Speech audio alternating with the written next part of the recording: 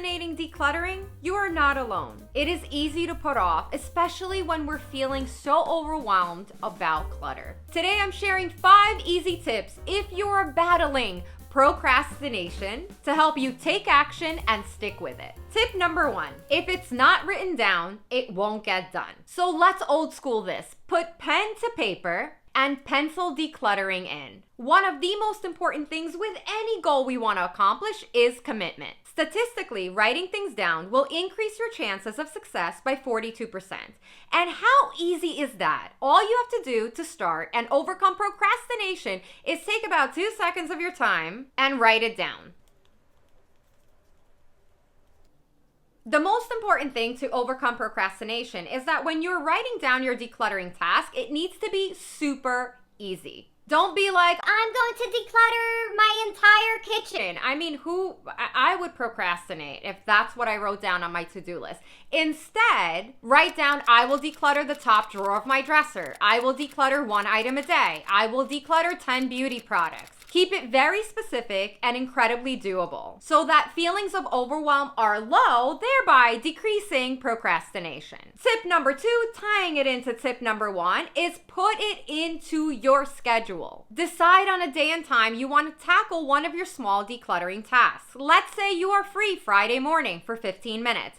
Take out your smartphone and set an alarm for Friday, 10 a.m. Set a second alarm for 10 to 15 minutes after. This becomes your start and your end time. When you are creating your alarm, label it decluttering, so you know exactly what you have to do. By the way, it's recommended by psychologists and time management experts that you tackle the harder tasks, in our case, those you are more likely to procrastinate, first thing in the morning before the day goes bananas and your energy levels start to plummet. All that to say, if you tend to procrastinate decluttering, get it out of the way in the beginning of the day. Tip number 3, super important, don't skip this step if you are somebody who is a chronic procrastinator, and it is to set rewards for yourself. Something I do with my clients who are of the decluttering procrastinator personality type is to encourage them to set small rewards for each decluttering task they complete. Whether it's a favorite treat, a relaxing bath, or a fun activity,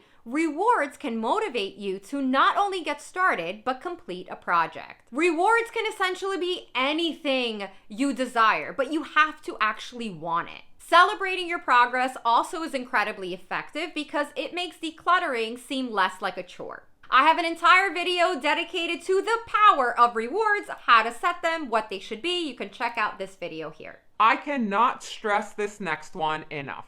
Please don't bite off more than you can chew. The most overwhelming aspect of decluttering is taking in the big picture, meaning an entire room, your entire home. That creates feelings of overwhelm. Feelings of overwhelm lead to, you guessed it, procrastination. Like I said before, the most important thing with working towards a clutter-free home is commitment and consistency. It's less about huge projects and more about little sprints. This is why I love the concept of practicing bite-sized decluttering. Think in 5 to 15 minute increments. Short, focused sessions are less daunting and can be very effective. When something appears low stress level on the declutter-o-meter, you are less likely to procrastinate. Not only that, but the most important thing with overcoming procrastination is that when you complete a small project from start to finish, you realize, hey, it wasn't as bad as I thought it was going to be. And this is why bite-sized decluttering is so effective in motivating you to continue going and eliminating clutter from your space. If you're enjoying my video, contribute to my coffee addiction by smashing that like button. Everything will change for you when you do this next tip. Invest in an accountability partner. Especially if you're a chronic procrastinator,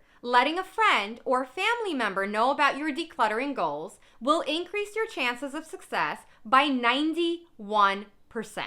The more specific you can be, the better. An accountability partner will help you stay on track, keep you motivated on days when you are dragging your feet and want to binge watch the new season of The Circle, or possibly wanting to ignore your decluttering alarm. My hope is that when looking or finding an accountability partner, you find somebody who can share in your happiness, someone who motivates you and supports you and is non-judgmental to keep going. This should also be somebody who celebrates your wins, right? And gives you that applause for decluttering that mug, that coffee mug that you've held on to for the last 5 years and never drank out of. You can also hire me as a decluttering coach for advice, motivation, and support. I'll leave more information in the description. So invest in an accountability partner who can really help you and support you on your decluttering journey. And here's a little bonus tip. Make decluttering fun. Decluttering gets this bad reputation as something that is tedious and unpleasant and hard to do.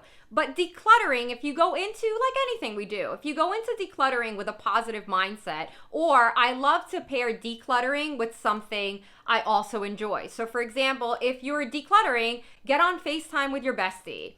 Watch a show, listen to a podcast. Full transparency, as someone who suffers from anxiety, I actually find cleaning and decluttering incredibly therapeutic. And maybe you can too, I don't know. But if you begin to enjoy the process of decluttering, you're less likely to procrastinate and achieve a clutter-free home much faster. Remember that you don't have to declutter everything all at once. Start small, stay consistent, and most importantly, celebrate every single win. If you're still feeling a little bit overwhelmed, you can watch this video next for how to calm feelings of stress, anxiety, and overwhelm. As always, good luck on your decluttering journey. Thank you so much for watching, and remember to be good to yourself.